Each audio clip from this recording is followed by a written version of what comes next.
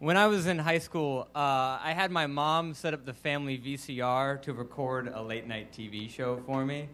And the next morning, she saw me at breakfast, and she was like, Mike, I stayed up to watch what you had me record, and it started with a warning. It said, this content may not be appropriate for younger viewers. And I thought, does he have me recording porn for him? Because, you know, that's where teenage boys get their porn, their mom. And she's like, and then the next thing that came on screen, there was this, like, floating thing of French fries, and they were talking to a milkshake, and then a ball of meat rolled in. It didn't make any sense. For those of you unaware, the show I had her recording is called Aqua Teen Hunger Force. Yeah, #1 in the hood, G. And it was one of the first shows on Cartoon Network's Adult Swim late-night content block. It was made by a guy named Dave Willis, and I adored this show. It was so weird and funny. It made me want to make TV for a living.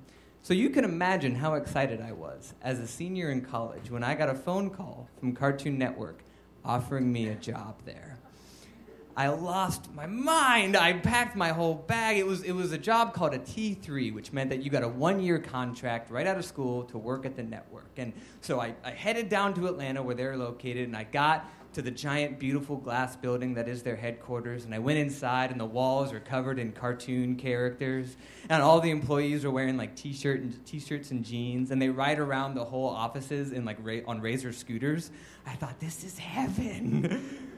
And, like, you know, my job wasn't making TV. It was mostly, like, decorating conference rooms for, like, birthday parties and stuff. But, like, I was sure I was going to be here for my whole career, and I was going to get to do what I always dreamed of doing.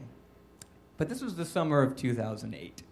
And AIG happened, Bear Stearns happened, Lehman Brothers happened. The whole economy went into a tailspin. By January, they had laid off 30 people. And in March, my bosses took me up to the 11th floor at the balcony, sat me down, and said, Mike, the company is not going to renew your contract.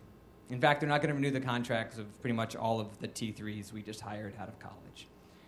So, you know, I understood it was an organizational decision. I think I handled it very maturely, very, very nicely. I looked at my boss. I was like, thank you for the opportunity. It's been a pleasure to work here. And then I went back downstairs to my desk, and I locked myself in a closet, and I cried for half an hour. I felt terrible. I felt like a failure. I was desperate to find, like, something positive out of this experience, and I needed someone to tell me what to do with the rest of my life. And I thought the person who would do that would be my hero, Dave Willis. So I went on the company directory, and I spent the next 3 days working on a 4-line email. Dear Mr. Willis. No, okay, no. What's up, Dave? No. Hi. My name is Mike, and I am a T3. I would love to speak to you about your career path. Thank you very much. 2 days later, Dave emails me and is like, hey, we can chat. Let's meet up for coffee. And that's great news, except that I don't drink coffee. But this is still great news! So I go to this coffee joint, this, like, hipster coffee place in Atlanta, and I'm waiting for Dave, and he comes in a little late, and he's like, hey, I'm running behind. We're going to have to do this at the office. And he steps up, and he's like, I'll have a black coffee to go. And they pour him a black coffee in a paper cup, and he grabs it, and he's like, what do you have it? And I'm like, I'm fine, thank you. And he's like, no, I'm buying. So I go, I'll have a mocha, because that's, like, I don't know, a thing people order.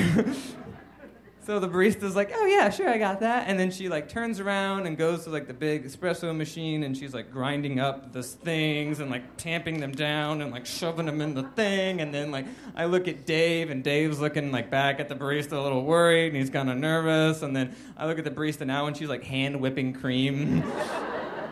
And, like, steaming milk and, like, doing all this prep. And I look back at Dave, and he's checking his watch, looking more concerned. And then from behind the counter, this barista manifests the most emasculating cup of coffee you've ever seen in your lives.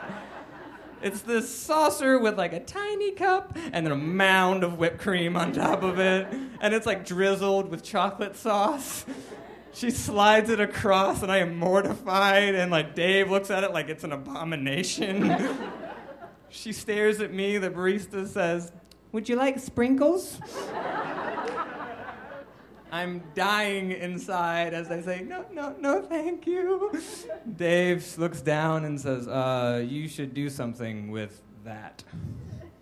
I like haphazardly try to pour my pound of whipped cream into a paper cup and like it spills all over me, and I'm just like kind of weepy as I follow Dave out of the coffee shop, and I'm in my car following him to the office, and I'm like, I fuck everything up. I got my dream job and I lost it, and now I can't even make friends with my hero who's supposed to tell me what to do with my life. Oh my God.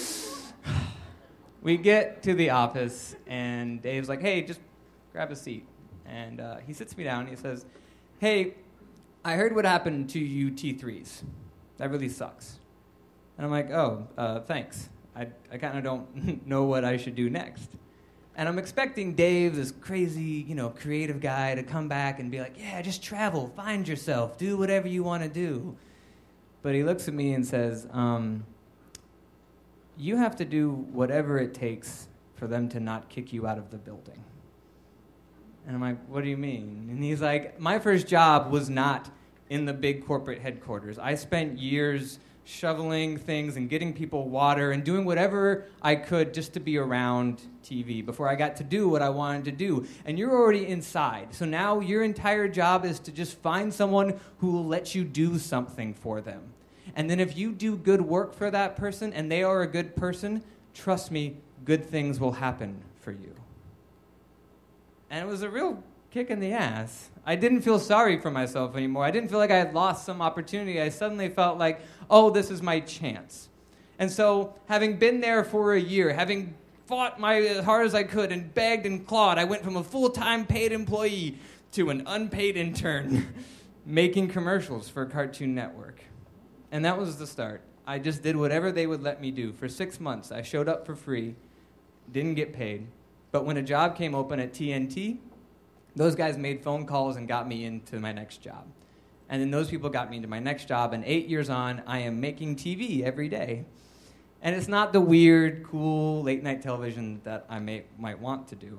But every day I just keep showing up, doing good work for good people, and hoping that good things will happen. Thanks. Look out, red, block the screen, sun runs across, trying to watch adult swim, aqua teen, hunger force, rock this cult, sock your